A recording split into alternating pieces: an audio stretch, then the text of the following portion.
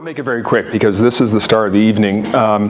So we're thrilled that Donna is joining us. I'm sure you've all read her book.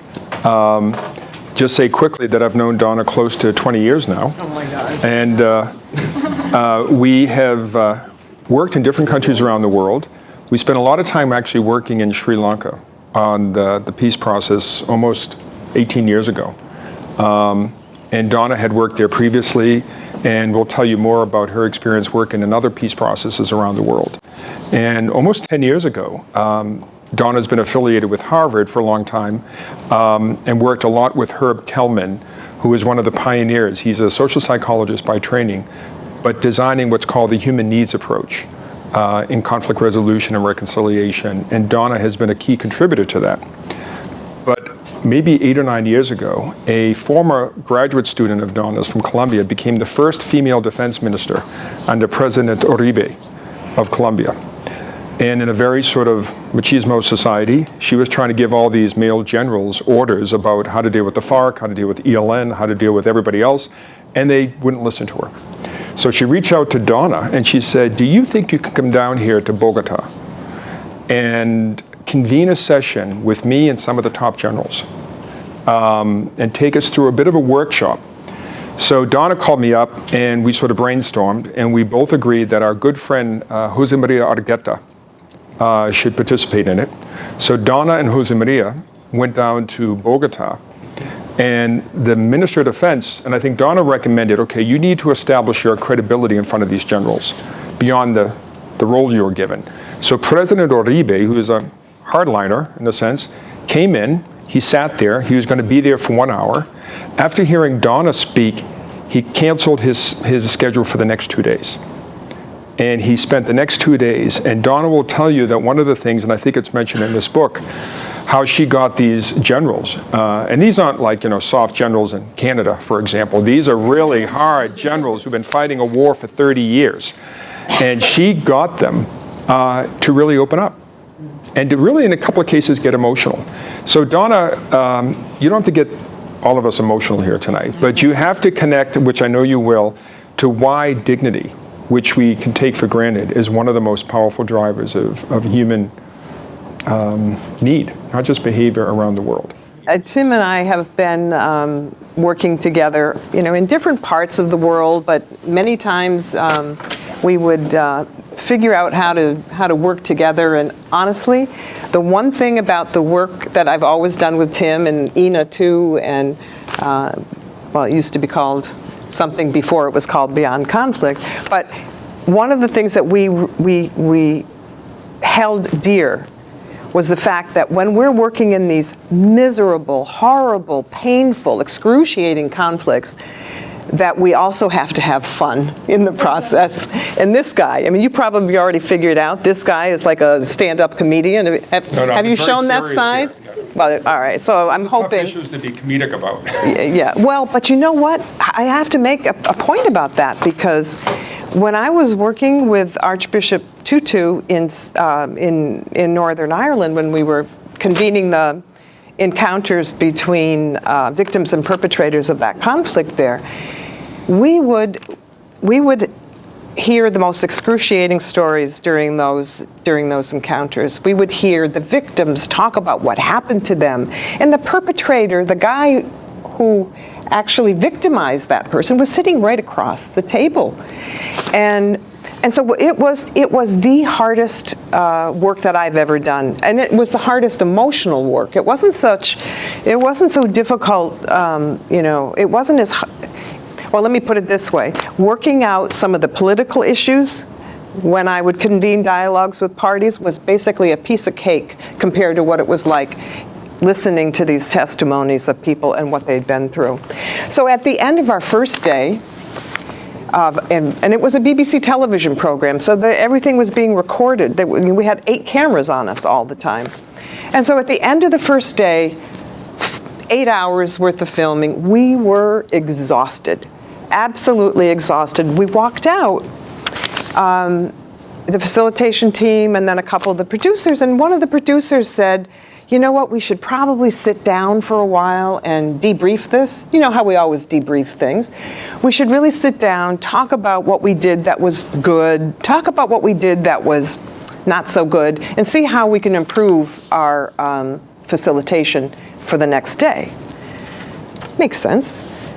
Archbishop Tutu heard this conversation, and he turned around to us and he said, "You are not doing a debriefing." We thought, oh my God, we thought we were being so responsible. And he said, nope. He said, he looked at his clock, he said, it's 5 o'clock, I'm gonna go upstairs and take a nap. And why don't you go out and get some fresh air, because you don't need to talk about this work anymore. He said, in an hour, I'm gonna come back down. We're gonna go into the drawing room, because this took place in a very nice fancy house outside of Belfast. We're gonna go into the drawing room. We're gonna have cocktails. We are going to play music. We are going to sing. We're going to dance. And every night, we're gonna do the same thing. And we're standing there, what? You know, so he's saying we're gonna party every night after these. I do the same thing, yes. by the way. No, but this is really, it sounds like it's a fun thing, but the fact is, he honestly believes that he got, makes me want to cry, that he got prostate cancer after the Truth and Reconciliation Commission, after sitting and listening to all of those painful stories. For how many months did he do it? That was 2 years. It was like 2 years, right? It was a huge amount of time. And so after he's convinced, he said, nope, we are not going to do this. In fact, we have to counterbalance the energy in this environment so that it doesn't overtake us, because it will overtake us. And I hand you that too. I mean, all of you who do this work, we all, you know, we're grappling with these life and death issues. We're struggling with what's the right thing to do. We're struggling with healing. We're struggling with, oh my God, this is so much bigger than us. What should we do, right? We all, I mean, we do agonize over these things, don't we? I mean, let's face it. It's part of our nature also to agonize. But if we don't know how, if we don't have the capacity for joy, and if we don't know how to put a little bit of levity in these situations, we're not going to be any good for anybody. So, and then the Archbishop, at the end, he's walking up the stairs, and any of you who have ever seen him or know him, he knew he got us, right? Because when he insisted that we're going to party every single night, he knew he got us. And then he turned around, walked up the stairs, and he said, oh, there's one more thing. And we thought, oh no, now what? And he said, it's our duty to be joyful. Sums it right up, doesn't it? It's our duty to be joyful. So, yes, I'm quite serious that I think the beyond conflict work that I've done with these three, actually many people here, we work really hard and we work really seriously, and we really seriously try to have fun too. So that's what I love about you guys. We're always trying to have fun at the same time. But you know, Tim talks about the human dimension of conflict and the human dimension of reconciliation. Yes, there are definite political issues that have to be worked out on the structural level about how we are going to develop these mechanisms, like Leora said. How do we do that? And those questions are profound. I don't know, in our lifetime, we're never going to have an answer to those questions, I don't think. I think we're going to be grappling with that for a long time. But I can tell you that, you know, I learned something from the BBC about reconciliation, something really important. BBC Northern Ireland recognized that the Good Friday Agreement, which happened, what, 1998? Mm-hmm. Yep. And all the parties signed on to it. Have they studied this? Do you know about the Good Friday? I mean, the Northern Irish conflict? Okay, so some of you do. There was 30 years of violent armed conflict between, you know, the Protestants and the Catholics. And finally in 1998, I'm skipping over so much, but finally in 1998, the parties to in the negotiation agreed, and it was on Good Friday. So it's called the Good Friday Agreement. And they basically put an end to the political issues, more or less. A couple of things went left undone, like decommissioning and all of that. But for the most part, they all celebrated this major victory. We put an end to this 30-year conflict. Now, a few years went by. This was in 2005. The BBC recognized that, you know what, the political issues were pretty much resolved in the Good Friday Agreement, but there was one big dimension of the reconciliation process that wasn't touched by those brilliant political agreements, and it was the human dimension.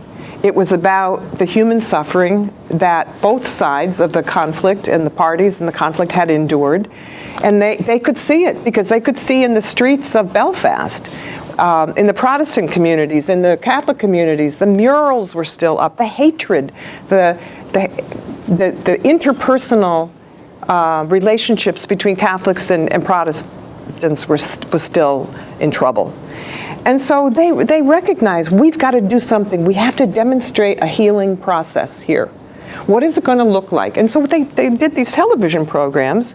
They had victims and perpetrators of that conflict sit together for dialogues, for an encounter, to see if they could promote reconciliation. And the whole idea was, if we can show reconciliation between these victims and perpetrators, maybe it will help if we air these all over the UK. Maybe this could help promote reconciliation in the communities, because the media, I don't know if you're talking about the media in this and the role it plays in conflict and reconciliation. It's an enormous use of power that people like us don't have. We don't have that kind of access to the numbers. So I thought it was absolutely brilliant. They decided we're going to do television shows. And so, and it was this human dimension that Tim was referring to that I feel so strongly about. And the reason why I was asked to even be a part of these television programs was because of this work on dignity that I'd done throughout the years. And I can tell you something. I can promise you that these high-level negotiations that you're all reading about, and never, and all the time that I had been doing this work for the last 25 years, this issue of dignity was never on the agenda, ever, never on the agenda. And yet, if you think about it, something so profoundly human, something so deeply resonant to each and every one of us. I mean, I wrote about, political conflicts, but this dignity issue affects each and every one of us on a daily basis. And I'm sure, we could spend hours in this room talking about times when each of us felt we've had our dignity violated.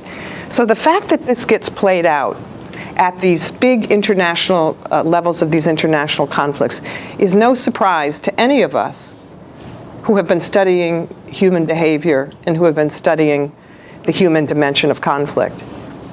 There's this guy, John Nesbitt, remember John Nesbitt? He has a quote that says, and usually I have a slide of this, it says, "The most exciting breakthroughs in the 21st century will not take place because of technology, but because of an expanded understanding of what it means to be human." And that, I think, speaks volumes. You're always talking about this, and this idea that we have to understand what it means to be human. And, when I would be convening these dialogues and I would watch these parties in conflict go back and forth on the political level, talking about, let's just say it was the Israeli-Palestinian conflict. They talk about settlements, they talk about refugees, they talk about Jerusalem. And they would be sitting in these rooms and talking about these political issues, and then all of a sudden something would happen, and the entire discussion was derailed in a fraction of a second. And I'm thinking, what's going on here? What just happened in the room? Because these were really smart people on both sides of the conversation. All of these negotiators were brilliant, actually. High level, really educated people. The best and the brightest in their communities. And yet they still couldn't figure out how to sign an agreement. They couldn't get themselves to the point where they could sign on. And I knew this wasn't for lack of any intellectual prowess in the room. Something else was going on. And what do you think that something else was? I mean, you read the book. How would you describe it? Violation of dignity. Yeah, simply, Sophia. That's exactly right. Exactly. But yet, the thing, I mean, we now call it violation of dignity, but at the time when I was observing all of these reactions, and again, it wasn't just in the Israeli-Palestinian conflict, it was also in Sri Lanka, where Tim and I were in Sri Lanka, it was in Colombia, where I was working there, it was in the Balkans, it was in Turkey, it was with Greece and Turkish conflict. And the thing of it is, they were emotional undercurrents that were stopping the people in the process of being able to sign on an agreement. It wasn't an intellectual matter. It was all about feeling so emotionally violated. But think about this, think about this. The word dignity came to me much later because I was thinking, oh my gosh, we've got to figure out a way to address these emotional riptides that are wreaking havoc here. We've got to figure out a way to do this, right? But imagine with these high-level negotiators, if I were to say to them, okay, I can see that you had a very profound emotional reaction just now to what the other side said. Let's talk about that, right? Well, nobody likes to talk about their emotions, period, especially not these high-level negotiators. So I figured out one day, I know how we can talk about this because I think I've got what this is. Because if I were to put words to this unspoken emotional riptide that was going through, it would sound something like, how dare you treat us this way? How dare you? Don't you see my people are suffering? Don't you see we're human beings? How can you treat us this way? Both sides, both sides. This is the unspoken conversation that was going through the rooms, no matter where I was in the world. And so finally I said, okay, I know what we can do here. If this is about their dignity. This is about being treated as if they didn't matter. And so when I came up with that word dignity, it was like this flash of enlightenment for me. I felt like, yes, this is the word that we can use. Because when I went to Colombia, as Tim said, I went to Colombia and started working with those guys, the big generals. And, I said to the president when he introduced Jose Maria Argueta and me, the president said to us, oh, so I understand you're coming to do a communication skills workshop for us. And I said, Mr. President, with all due respect, looking at the breakdown in the relationship in the room, I don't think a communication skills workshop is going to do it. And if you would allow me, I think what is really happening here is that people feel a tremendous sense of a violation of their dignity. And I'd like to go deeper into the conversation and have a conversation about these dignity issues. Would you allow me to do that? And that's when he turned to his scheduler and he said, cancel my meetings in Bogota. I'm staying here for this workshop, 2-day workshop. By the way, that was the first time I had ever put together this methodology of working with parties on the dignity issue. So, and I don't know how much time we have, but how much longer do you want me to go on? Keep on going. Okay, because I would like to share with you what I actually did with those generals. Yep. And I also want to show a snippet of what we did in that Northern Irish, those encounters too, because dignity played a huge role in the reconciliation that we saw in a couple of these episodes. But I want to tell you about, just briefly, about that Colombia process. So when I said to the president, if you don't mind, I would really like to focus on these deeper issues of dignity. Well, the generals, many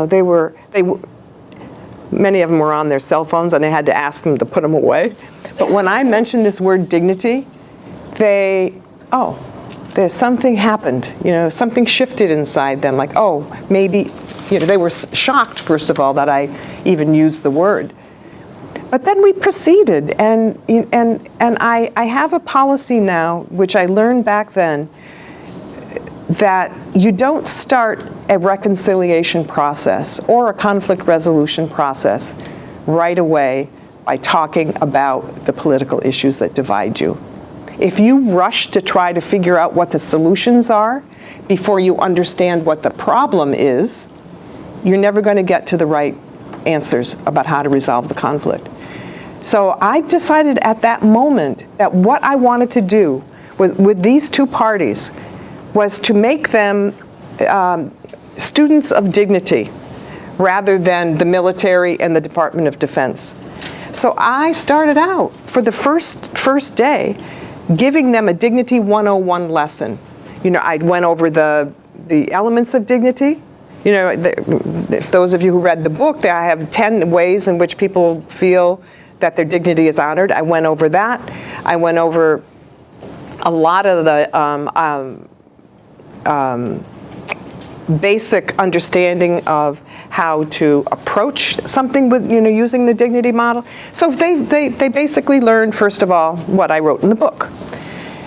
And so they were ready. They were actually prepared. At that point, they saw the power of dignity. They saw what happened when their dignity was violated. And then by the end of the beginning of the second day, they were ready to talk about it. So very simple methodology. The first day, what they did, they sat in a room like this, in a big circle. And I said to them, okay, everybody gets 5 minutes to talk about a time when you felt your dignity was violated by the other side. You have 5 minutes. Nobody's going to interrupt you. So everybody went around, and then I had some assistants with me, and they checked off the elements of dignity that were involved in their stories. Okay, so we had like a matrix, 10. You know what the second, who can guess what the second session was? Think simple. Bingo. What's your name? Me. What? Me. Okay. When you violated the dignity of somebody else. And then you have to go around and tell that story. And then the third session was, okay, what do you want to do about it? And it was left to them to do either some acknowledgement, to say they were sorry, whatever. But you see, the key to this process was first giving them the language and the vocabulary and the Dignity 101 session so that they could talk about it in an intelligent way. And then, okay, so finally the third part of the session was, the second day of the last part of the second day was they had to identify topic areas that they had problems with. And then they would use the dignity framing to address them. And by the end, you know, it was done. And the general, there's one of these generals that Tim was talking about, came up to me at the end and shook my hand. He said, you know, Donna, I've got it, I have to admit, you really did help us repair the relationships in the room using the dignity approach. And he said, but more importantly, I think you saved my marriage. Because this guy was smart, right? This guy was smart. He figured out, okay, if I'm treating that person on the other side this way, how about all those times when I was just nasty to my wife, right? So it is a political process, this dignity process that I developed, but it's about being a human being, and what we can do, what we can do to really strengthen our relationships, rebuild our relationships, because if you're not going to find true reconciliation, I don't think, without figuring out a way of restoring our wounded dignity in our relationships. I don't see how it works. Yes, so I thought what I also found very another point where Ronnie kind of opened up a lot more was when Malcolm acknowledged the fact that if he had grown up in similar circumstance, he would have probably been in the same or similar spot. And I think that was something that helped both of them kind of come to that common bridge. Yeah, just identifying with him. I mean, with the person who was almost killed you, this guy. I mean, just think about what it must have taken. How would you explain how Malcolm could do that? What would you say? Describe it. But it wasn't forgiveness. You notice they didn't use the word forgiveness once in that. And yet, oh, by the way, what you don't know is that these two, their families got together afterward and went out to dinner in Belfast. That day? That night. Oh, wow. Because it finished at about 5 o'clock. Their families went out to dinner. While they were laughing and dancing. Yeah, well, we were doing the salsa, yeah. No, but, and the other thing that happened was that after that, Ronnie and Malcolm got together and decided they wanted to go out and talk to communities to try to help promote reconciliation. They wanted to say to people, look, we did this. I almost killed this guy. And we're here working together to try to bring reconciliation to Northern Ireland. Can you imagine that? I think that's quite that is a very powerful thing. And like with Atema, I think that is, like, it stands as an ideal.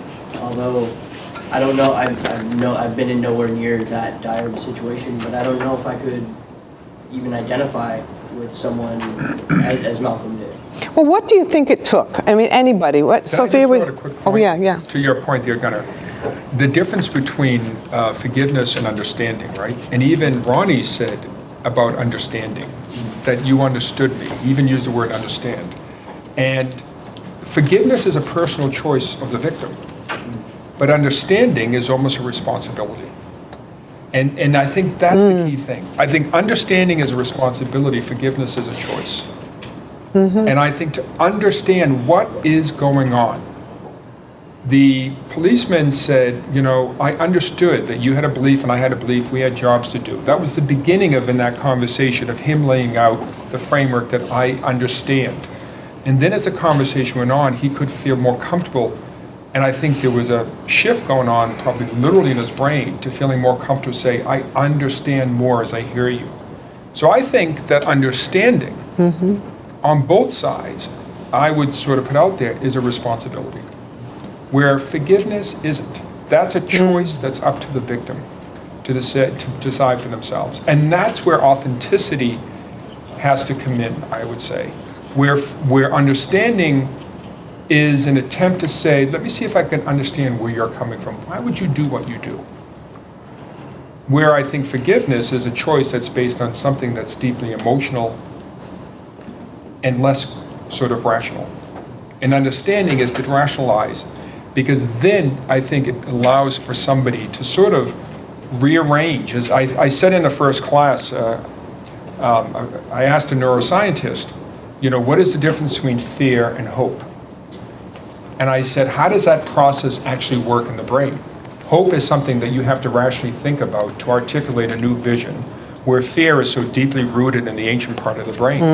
And she pointed out that your rational cognitive part of the brain has to engage in milliseconds with both your amygdala, where fear takes place, and your hippocampus, where the memory is stored.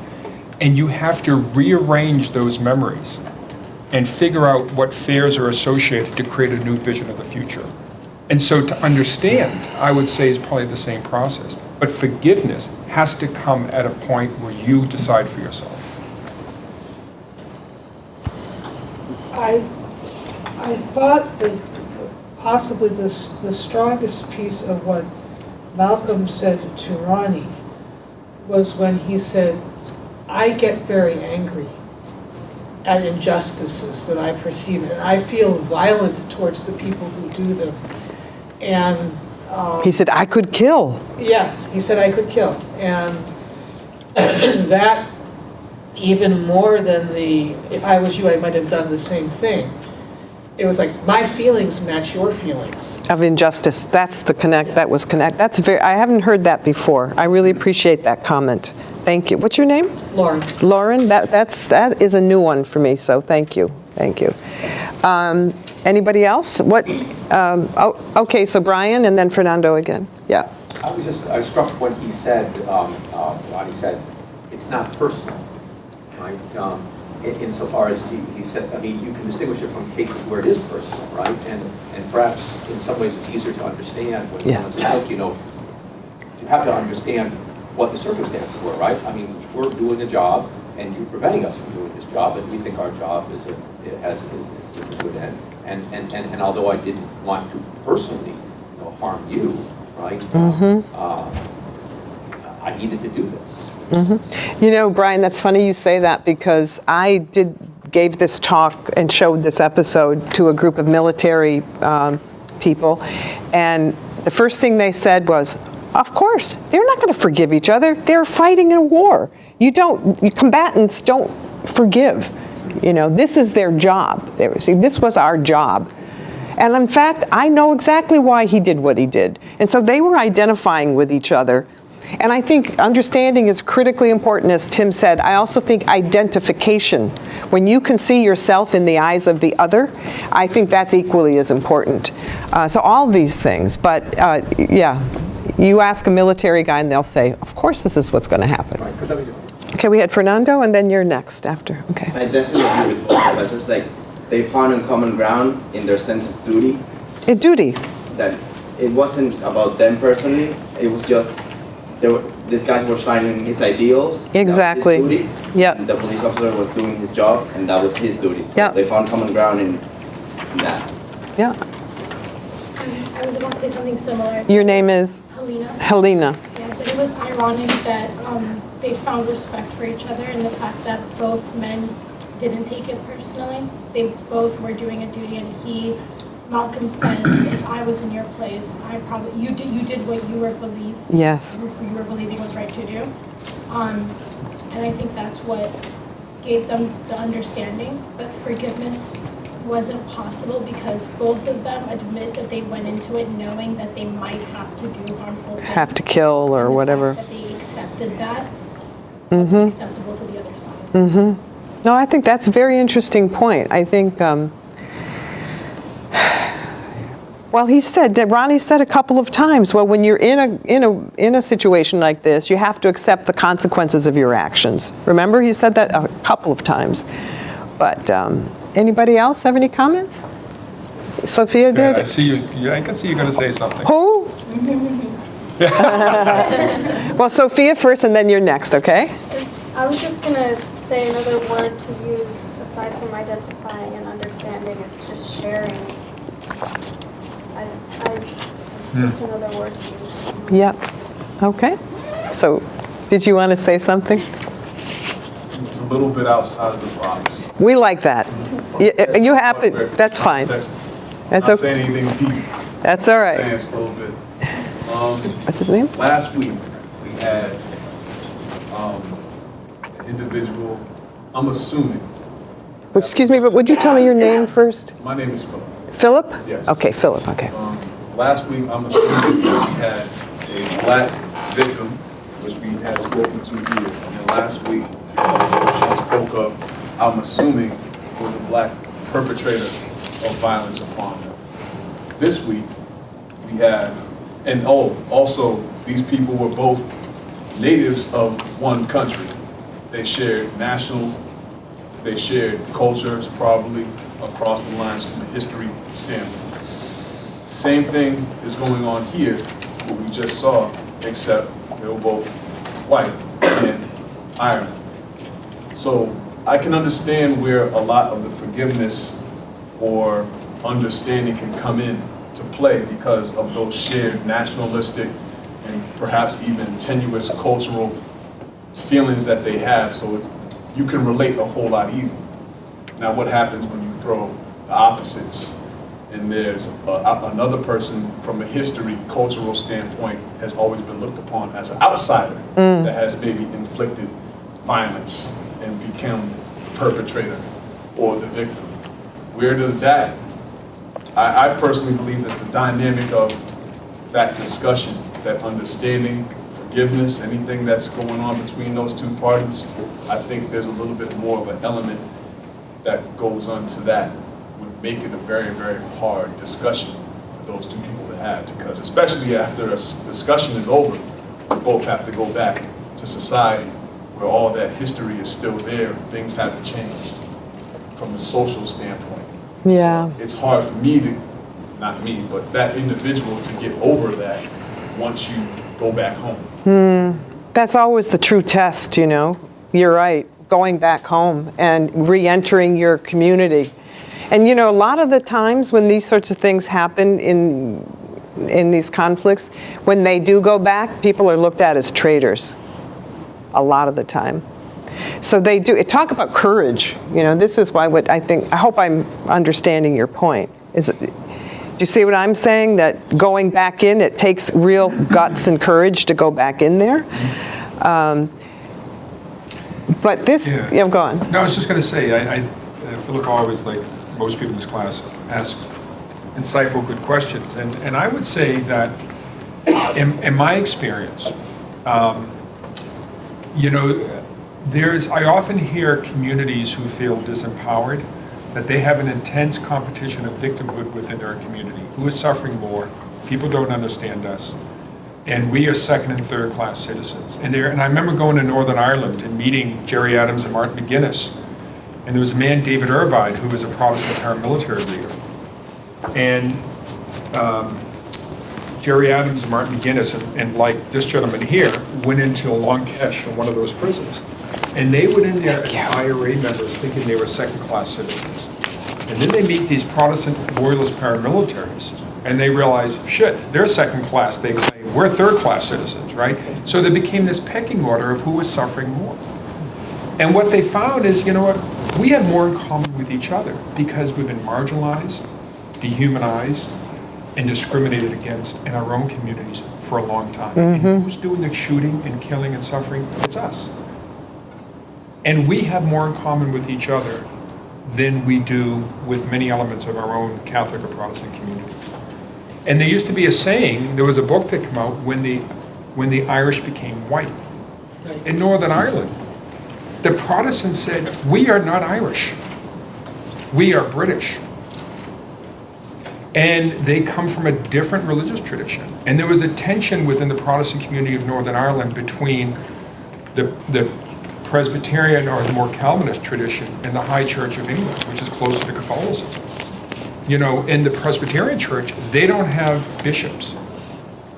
They have, every year they call it a moderator, who's only in 1 year and then out. So they have a real problem with authority in that community, right? And they would look at the sort of elite Protestants as closer to Catholics than to our own community.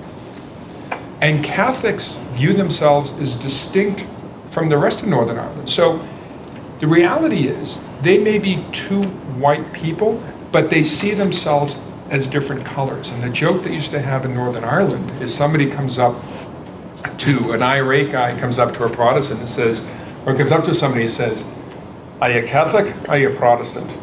The guy says, neither, I'm Jewish. The guy says, are you a Jewish Catholic? Are you a Jewish Protestant? And they're always looking for that difference. It depends on the whiskey you drink. Yeah, they're always looking for that difference. They're always looking for this sort of, you are different from me. And I think that's the complexity of these issues. But if you boil it down, here's my bold statement. No matter what conflicts I've been working on, whether it's here in the Northern Irish conflict or anywhere else, one of the things that I have discovered through experiences like this and many other reconciliation processes is that the one thing that you can get people to agree on is that they want to be treated as if they mattered. That's the one thing. And so I'm thinking, okay, and of course, dignity is that one thing. And so whenever I give talks about this, I usually say, look, all of us in the conflict resolution world has done work on diversity training, right? We teach, I've taught it for 30 years. We want people to understand our differences and try to find some kind of common bond or common ground from which we can resolve our differences, right? But the diversity training has worked pretty well. It's in all kinds in the workplace. It's part of the human resource department. They have. Chris was telling me that she works in organizational behavior. And so, but this is part of any training in human resources that you would want, not to mention in classes like this. But you know what, if we stop at understanding each other's differences and leave it at that, I think that's a dangerous place to stop. And I think we need to go one step further beyond understanding each other's differences to try to come to some common transcendent identity that we can all say, I can work for that. And honestly, I haven't found anything else but dignity that we all want to be treated with dignity. That is the transcendent yearning, human yearning. That's the piece where we can say, this is something we can all rally around.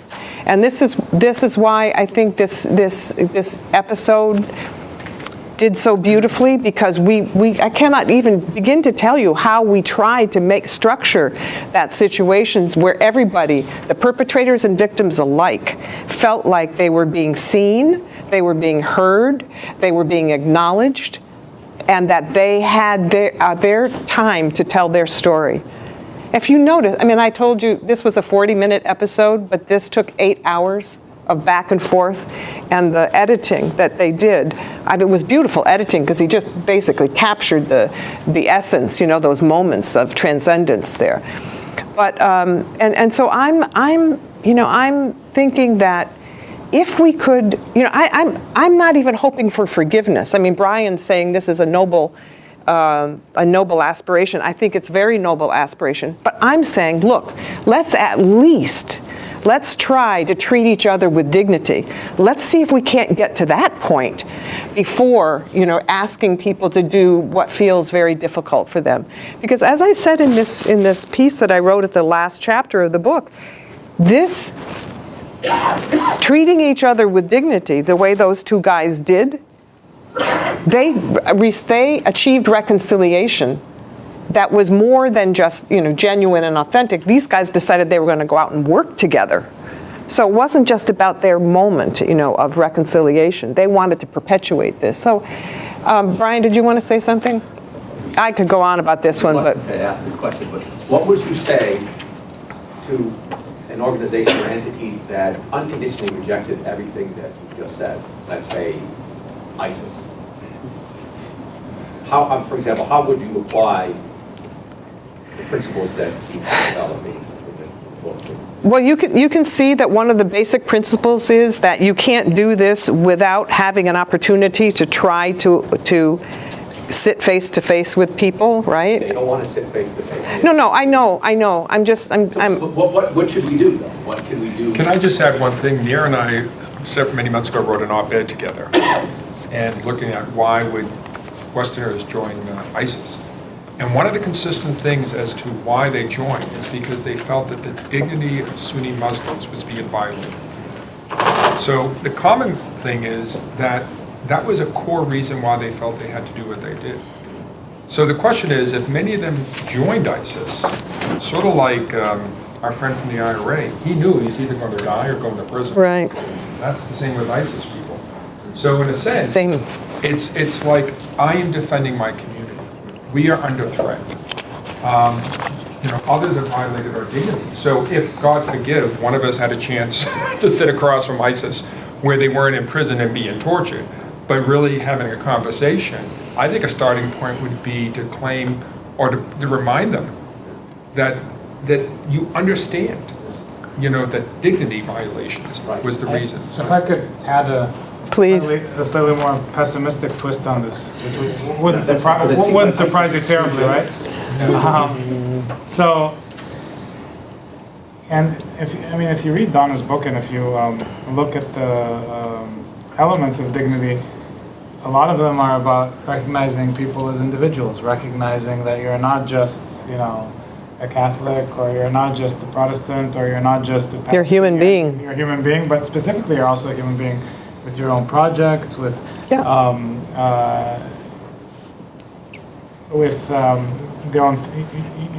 things that you want to achieve, and historically war is all about the opposite of that. You kill people not as Joe or Sam, but as a Protestant or as a Palestinian or so on and so forth. So part of what's so powerful in an encounter like this, like we just saw, is that it gets very much individuated, right? and people's individual motivations and so on and so forth are brought out, and that's powerful. I guess in parentheses, I will say, one difficulty with generalizing is that often the people leave the room. So if you take, my own country, the Israelis and the Palestinians who had this encounter would leave the room, all individuated, and then the Palestinians would, go and encounter kind of a couple of roadblocks in which they would be stopped not as themselves, right, and not on the basis of their own projects, but on the basis of the fact of what kind of license plate they have. So one of my least pleasant memories from, being a very young soldier, now that I think about it in retrospect, with a good degree of embarrassment, is that when we drove down roads in the West Bank and the Gaza Strip, all the other cars would regularly get off the road. Not because they had done something, but because we had the black and white military plates and they had the other plates. And that was it. And in some way that's, the opposite of what we've been talking about. And so there are some of you wrote this in your responses. There is a lack of dignity in failing to see other people as individuals, but there's also a lack of dignity in structural factors, right? You can, one of you wrote about women in the workplace. There's a degree of dignity that applies to learning to talk to a male manager, learning to talk to a female colleague as a regular human being with her own history and so on and so forth. But then she gets paid 75 cents on the dollar just because she's a woman, not because she's incompetent. And so that acts both politically and here I'm just quoting one of you, it's not my own point. But Brian, I did want to respond to your point about ISIS, and I guess even though Tim and I wrote this op-ed together, we don't totally see it the same way. Good.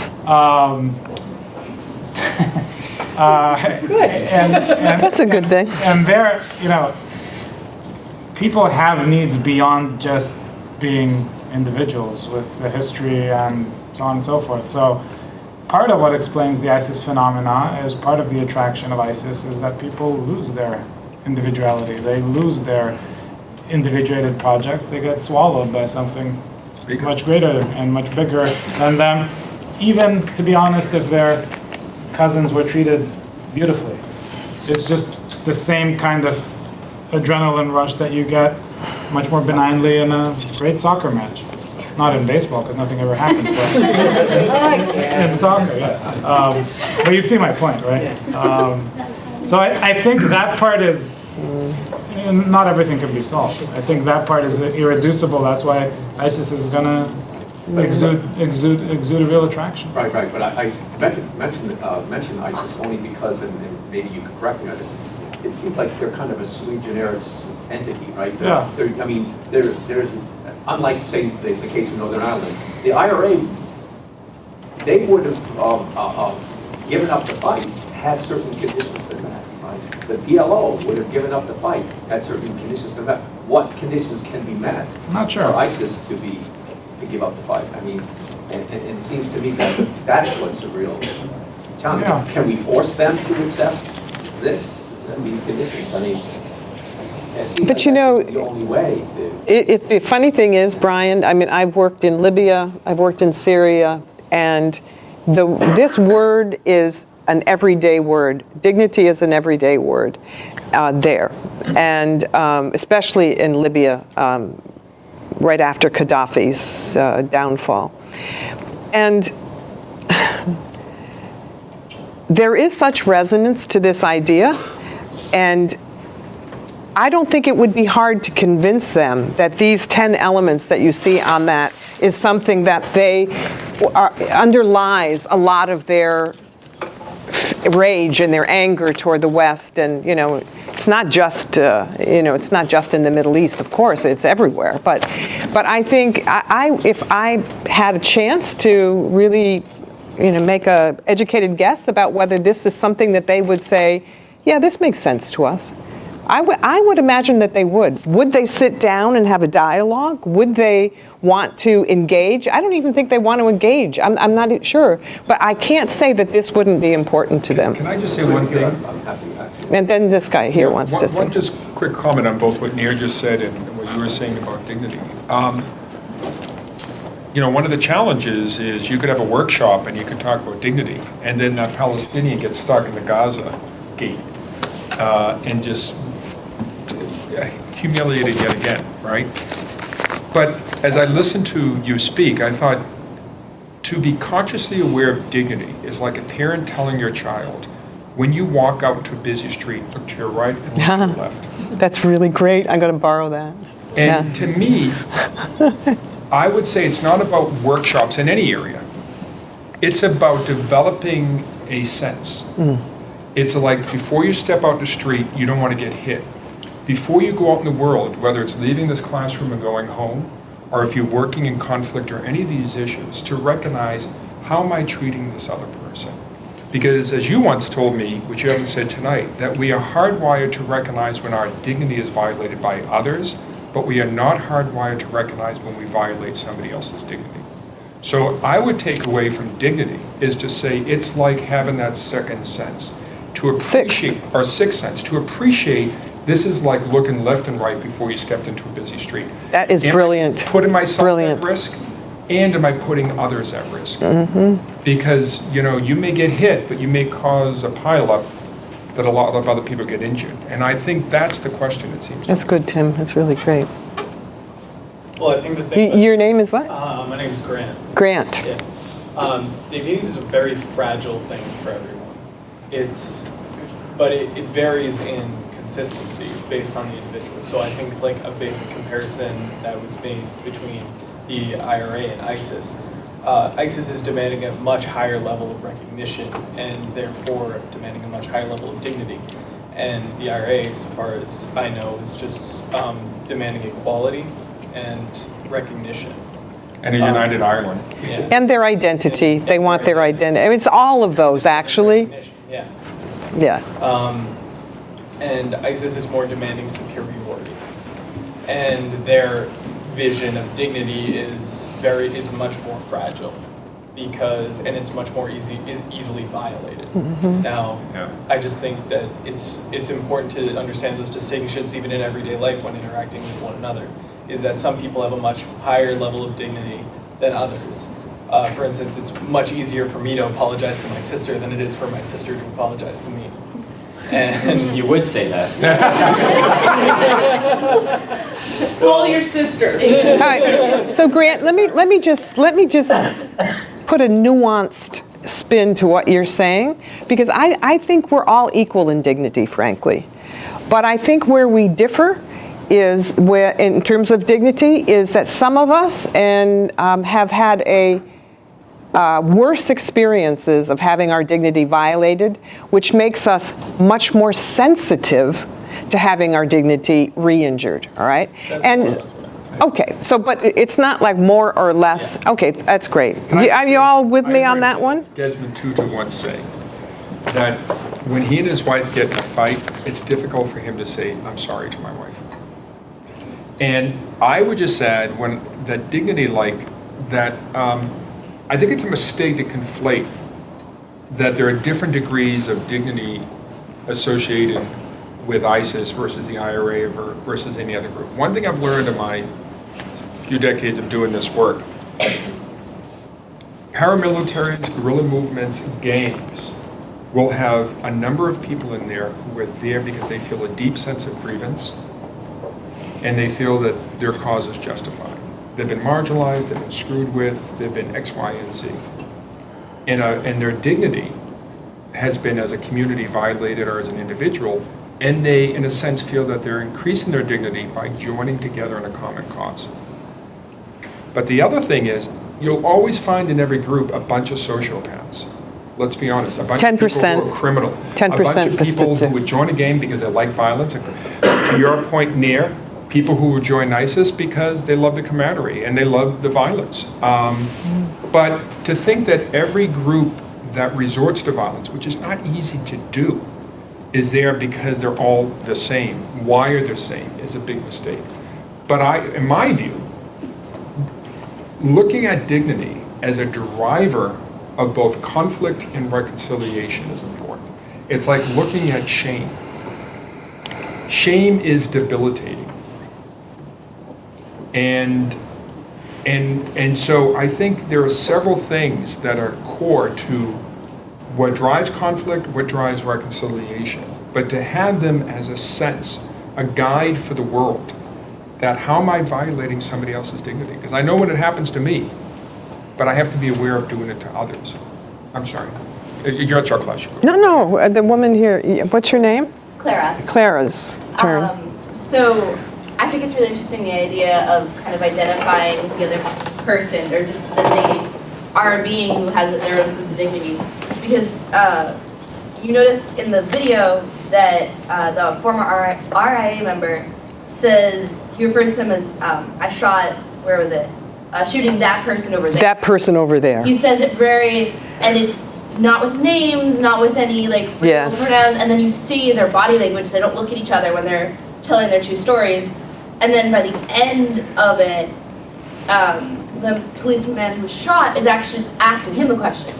And he talks You saw directly that? to Yeah, them. yeah. They were engaging in their own dialogue. Like Yeah. something happened while they were telling their story. That's good you- Before he said something about the children, something happened where they both kind of identified with each other, saying like, this is a valid person who, has his own set of where they're coming from. And I think on the policeman's stance, that partially came, and he acknowledged the fact that this helps knowing where you came from. He said something along those lines, like understanding your story. And I thought that was really important moment of, identifying dignity, because just the words that they were using and their physical body language changed drastically in the 40 minutes of the So there's this us. I mean, wait. Did you want to say something, Beck? I'm just going to play on that. Okay, go ahead. We were just talking about that whole process. Because Barbara had noted the same thing, and I said, did you notice what Bishop Tutu had done? Because they started talking to him directly, and then once they were presumably feeling safe, he directed them to talk to each other.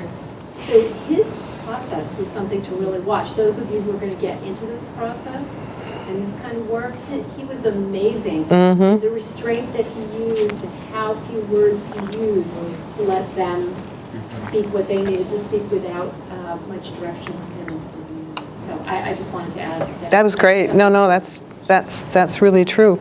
So, A couple more hands. Okay. Then. Who? Helena again? Yeah. Okay. In recognizing what Clara was talking about. Just say that again, Helena. In recognizing what Clara was talking What Clara was saying, it made me think of like when you apply that in a political process, when you take that more from a conversation between two people, you make it more between leaders of two nations or two communities.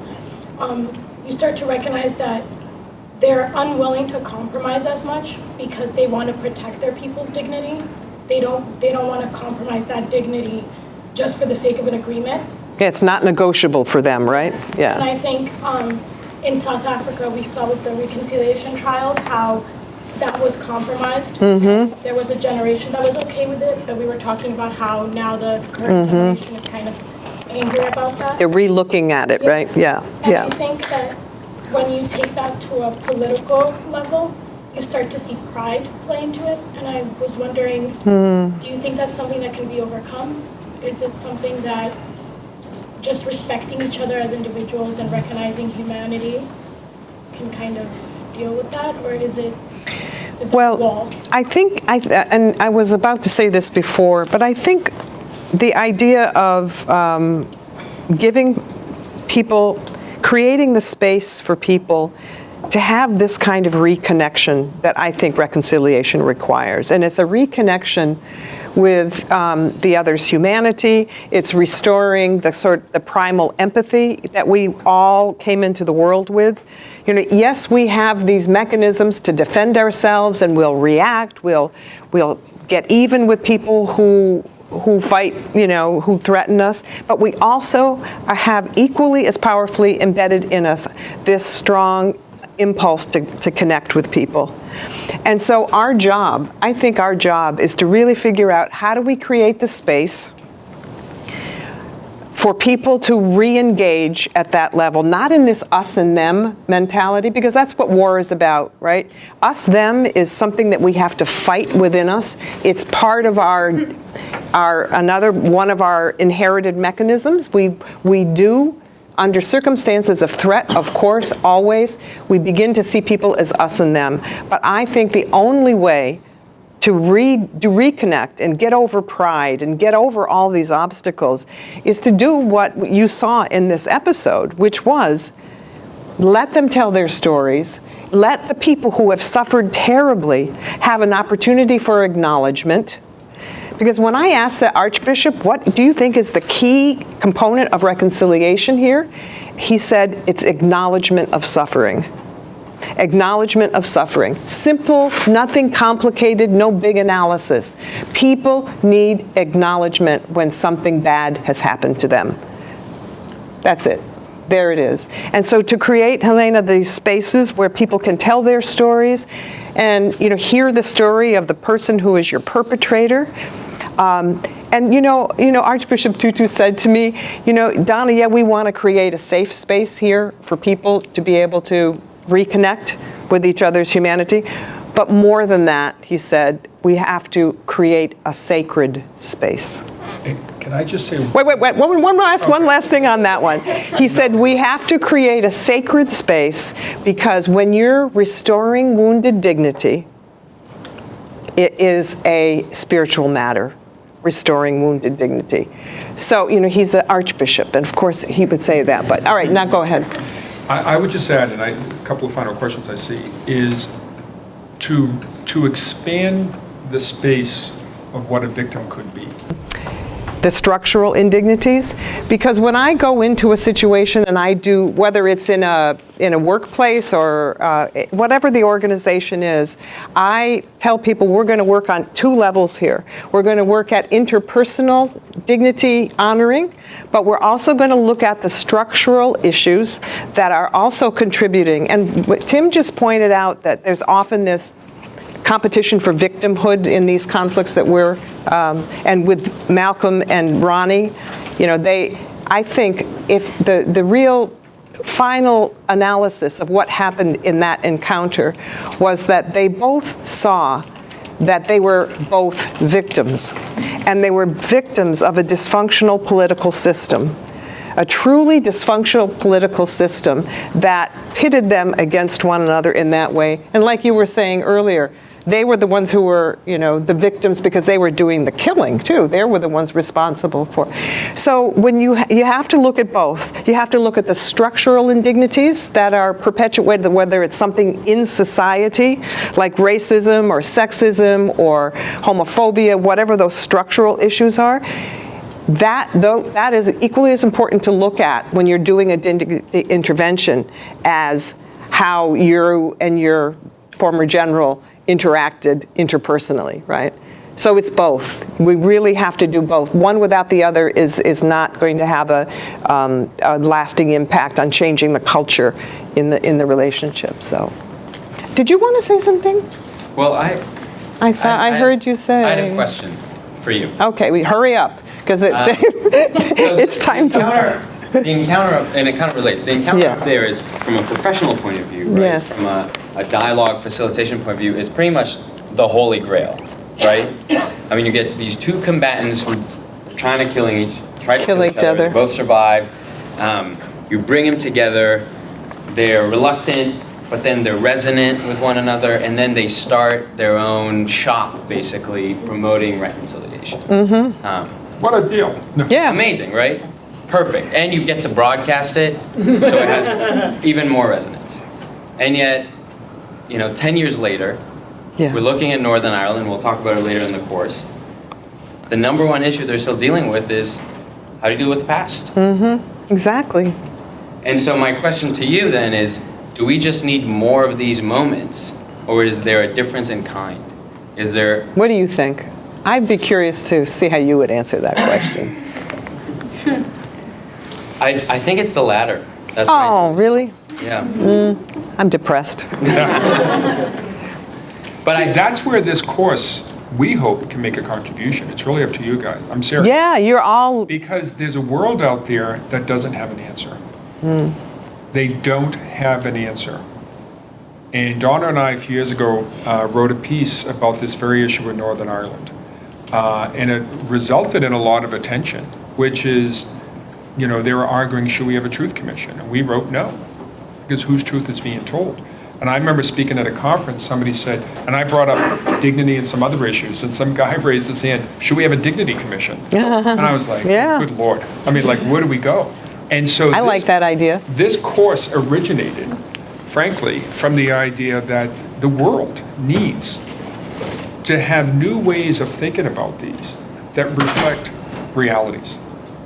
Not just political realities, but human realities. And I think at the end of this course, if we could marry the two, what are the political realities we understand with the human realities, to literally put out there some suggestions, and we will make sure it gets out there to say, here are things that are really absolutely essential. We're not going to prescribe it. We're going to throw these out and question and talk about this, but really, what are the things? And sort of test it, and we'll put it out there in the world. Because there is a desperate need for a better way to address these issues. Yeah. And this is what's exciting, I think, about this course. And this is great why we, course. Have been bringing in course. These powerful.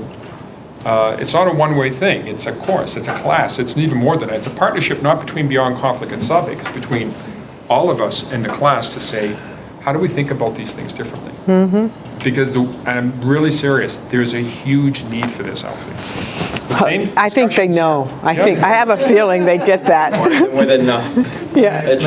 Let's thank Donna. Thank you.